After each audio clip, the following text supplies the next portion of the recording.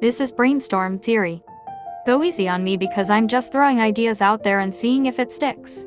So, things of note about the Battle Pass cutscene. Fenty is narrating the story. The story is of two siblings of royalty. The sister who sets out with the task of seeking out the Genesis Pearl from the Kingdom of Darkness. Keep that in mind. Which by the Kingdom of the Heaven is perceived as a kingdom of darkness. She was deceived. And her memories were erased. She would believe herself the queen of this kingdom. Afterwards, her brother is set out on the same path as his sister. Before I go into my theory, which I've been sitting on for months now because I think it's too much of a stretch. I think it's too wild. I want to focus on the purpose of the princess's journey, being the Genesis Pearl. Now, I can find no direct similarities online. So instead, I will make my own conclusion to its purpose. Firstly, it is of high importance to the kingdom. Either an extremely rare resource, or it could be a sort of tradition. Ascending to king or queen status, no matter its purpose. It should be a fact that it's important enough to send royalty. Which sounds more like a tradition for ascending to king or queen. Or royalty have powers that are unrivaled by any other in their kingdom. But if that's the case, why only the sister alone? This leads me to believe this is a tradition or challenge, possibly benefiting the kingdom besides that. But the Genesis Pearl. Genesis is defined as origin or beginning. So the origin pearl or original pearl. The primordial pearl. But what do pearls mean and represent to give this a more specific meaning? Pearls are a spherical mass formed within the shell of a clam.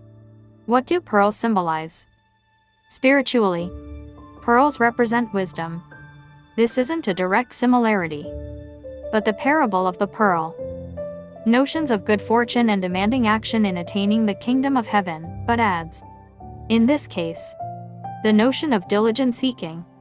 The valuable pearl is the deal of a lifetime for the merchant in the story.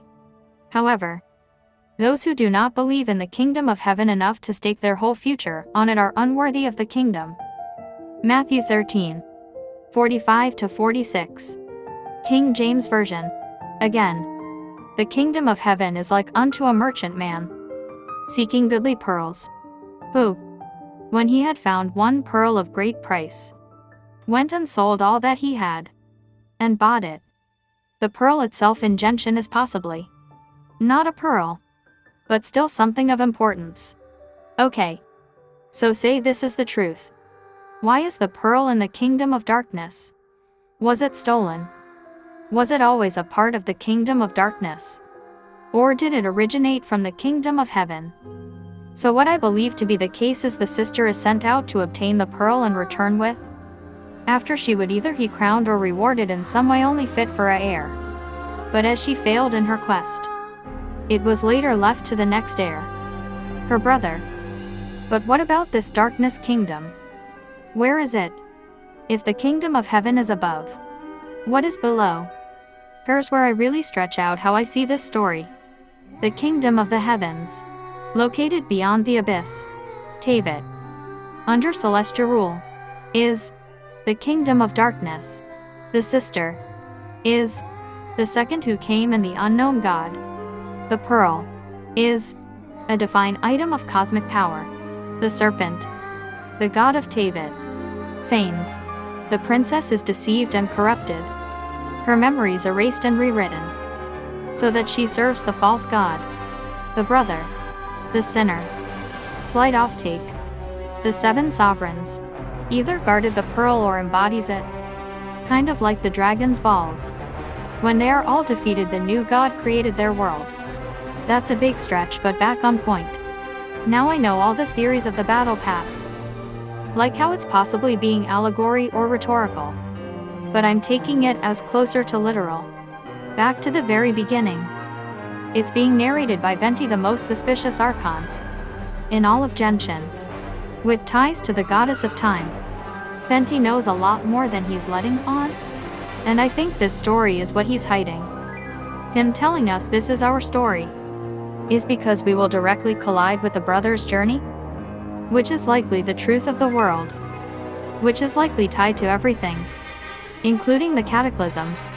Now, here's my timeline. The dragons are extension of the kingdom of heaven. The pearl is either guarded by them or somehow their essence.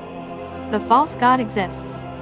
The false god conquers the seven sovereigns, creates humans. Then, it forms the land for them. A pact is made between false god and his creation. The sister goes to this kingdom for the pearl and is defeated and brainwashed. Then, thousands of years after that, the brother comes and his meddling caused the cataclysm. He was defeated but escaped. He later indirectly inspires the creation of the Abyss Order. The Order does his bidding by coincidence. He preaches the true gospel against the false god. So in the eyes of the false god, all who oppose his truth are sinners. Now say this is true. Why is the Abyss toxic to those from Teyvat? Let's look at the Traveler siblings. They are unaffected by the Abyss. The other sibling harness the Abyss. Teyvat is governed by archons named after demons. Now, in biblical scriptures, what are the devils and demons weak to or evil creatures in general? The sun and sunlight. What if the Abyss is basically the radiance of the sun? Or rather the universe or space? Why does the Abyss power basically look like stars? Maybe because that's the raw universal power. Okay. So the kingdom of heaven originates from beyond Teyvat. The travelers are unaffected by the Abyss because they aren't from Teyvat. Teyvat or rather Phanes can be seen as either a devil or the demiurge. Which gives reason to why dragons ruled it possible to govern it from being used. The false god eventually descends on Teyvat and conquers the world. Their rule turns Teyvat into the darkness kingdom. This somehow involves the pearl. Or this pearl is dangerous in the hands of the false god. The false god creates his false truth, which would bring reason to stop all advancement to avoid the truth being known. Which is why Canria was cursed. They discovered the truth or were close, and then brandished sinners. But these sinners were embraced by the voice. He spoke to them and comforted them. But again, he is technically not a god, or at least doesn't see himself as one. If he is the heir. But if that's the case, why is the unknown god a god? The unknown god's arm. It looks off like it's not her own or just wrong. She was likely gifted power from the false god that deceived her. But since we're on the unknown god, say she is the first heir and having no risk of the Abyss like the travelers. Assuming the travelers originate from this kingdom of the heavens, why wouldn't they recognize the heir of their homeland? Okay. Personally, I've always seen the travelers as rebellious twins kinda running away, just for adventure. Experiencing the worlds. Having fun. I think they are potentially outlaws of said homeland. Which is why they are so secretive. But back to why they might not recognize her. Simple. They didn't know her. As in olden days. You wouldn't know royalty unless seen in person, or unless they had statues and art of them around about. Also, this kingdom of heaven could possibly be more technologically advanced. Which is why seeing this god like a woman, they'd never suspect her of being similar to them. The other theories are, for the battle pass, it's us. That's too on the nose. Even for Hoyo, Dane Slayev and the unknown god. Unless Dane is a complete liar about being Canrian. Which we know he is. The curse from the cataclysm. If you think about it, none of this could align with Celestia and the unknown god. His focus is the Abyss Order. His warning in the preview trailer makes me believe he isn't hinting to the unknown god, but our sister. He cares about our sister and believes her to be wrong. This is leading into the Abyss Order. I think Dane Slayev is misguided. Lately, I've been seeing a lot of theories claiming Celestia isn't evil. But if that's the case, the Abyss is evil. The Abyss Order isn't inherently evil, they are misguided and searching. They likely know some things but not enough. Hence their quest for answers and research.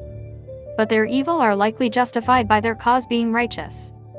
It's likely this sinner doesn't directly involve himself with the Abyss, but was rather a figure they look up to as a savior. When we first saw the sinner, it's likely a coincidence.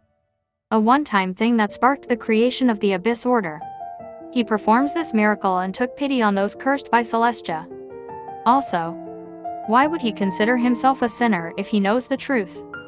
Also, why wouldn't he just outright attack instead of staying behind the shadows? It's almost like he was defeated or has no interest in battle. So the theories of Sinner being Dishert and Ermin. I doubt these ideas personally. It would make sense, but also doesn't to me. I think it's more likely he influenced Ermin at most. He existed before the Abyss Order clearly. He is seen active after the Cataclysm comforting the cursed sinners. Also, why I do not believe him to be anyone known to Genshin. Daneslayev refers to him as he. It's possible Daneslayev had seen the sinner, but doesn't know him. And this crosses out Ermin. Dishert. I don't think it's him because I believe him to be actually dead. And Dishert. I don't believe he would continue on his same path after sacrificing himself. This leads me to believe that this sinner isn't from a Teyvat.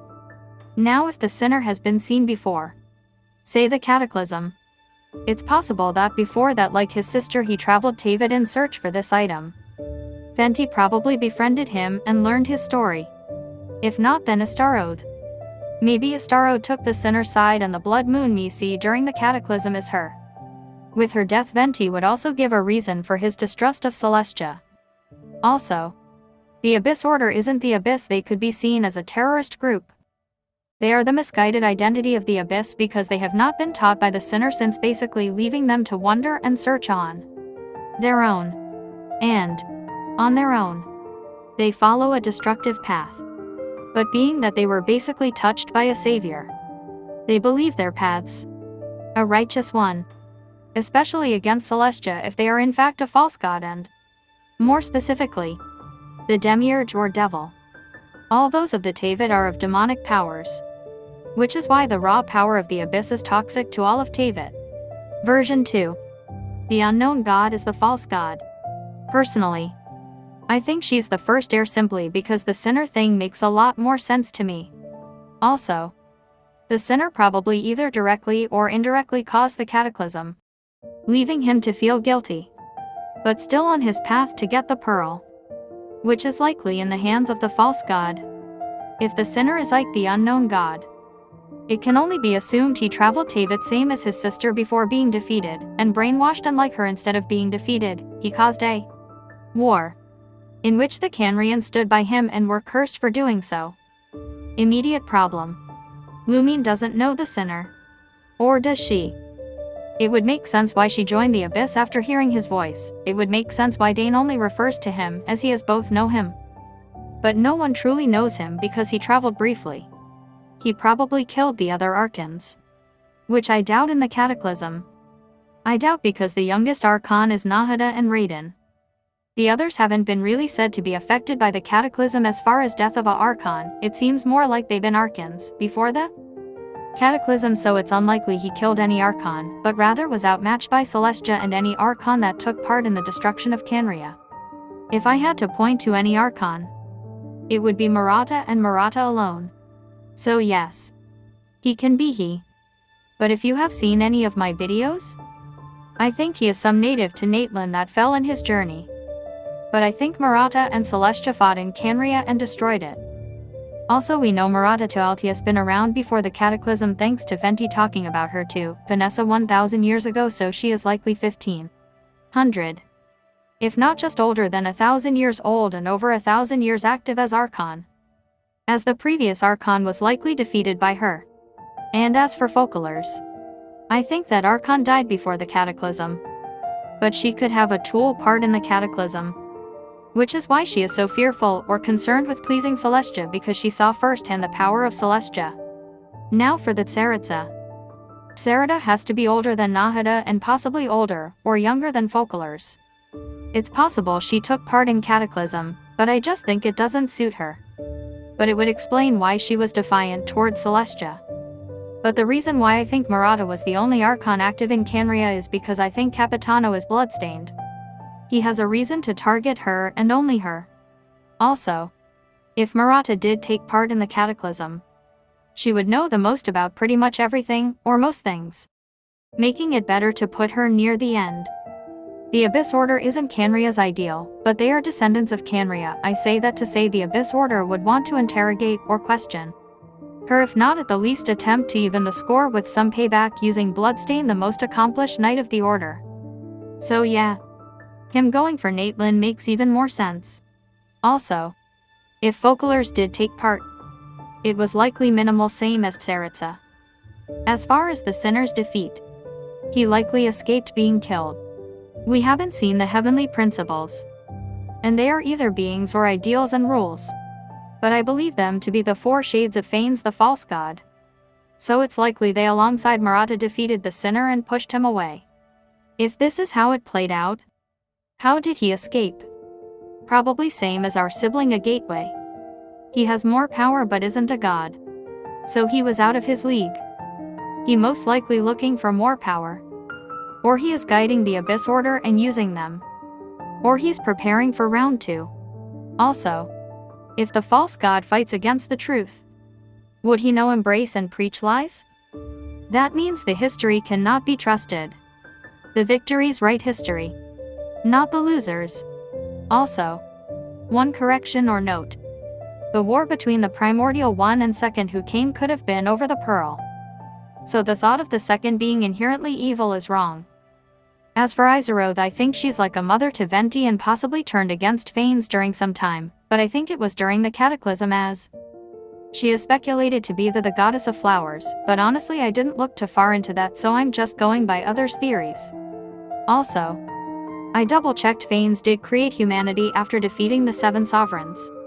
It's possible the 7 were or technically related to the Pearl or protected it. So by defeating them, he likely gained power beyond that which he could obtain naturally. The 4 shades, only one is named, the other 3 are unknown, and if not, the unknown god is unseen up till now. Things I left out: why wouldn't the Heaven Kingdom wage war? That's just a question. The Sinner could be the Light Prince, but this would throw my whole theory off, but I'm just creating this theory, just because, but I think the Light Prince makes more sense unless the Light Prince is the second heir, but this throws off the whole timeline. My reasoning why I think he is the Light Prince, rather than the second heir, if not the same person, is the Sinner is possibly sealed away. Him making an enemy of Celestia makes more sense. Now this story I do believe to be an allegory nt far off from the truth. The Pale Princess is a ancient Seelie. The Light Prince is a descended. The 6 pygmies, no clue. Night Mother.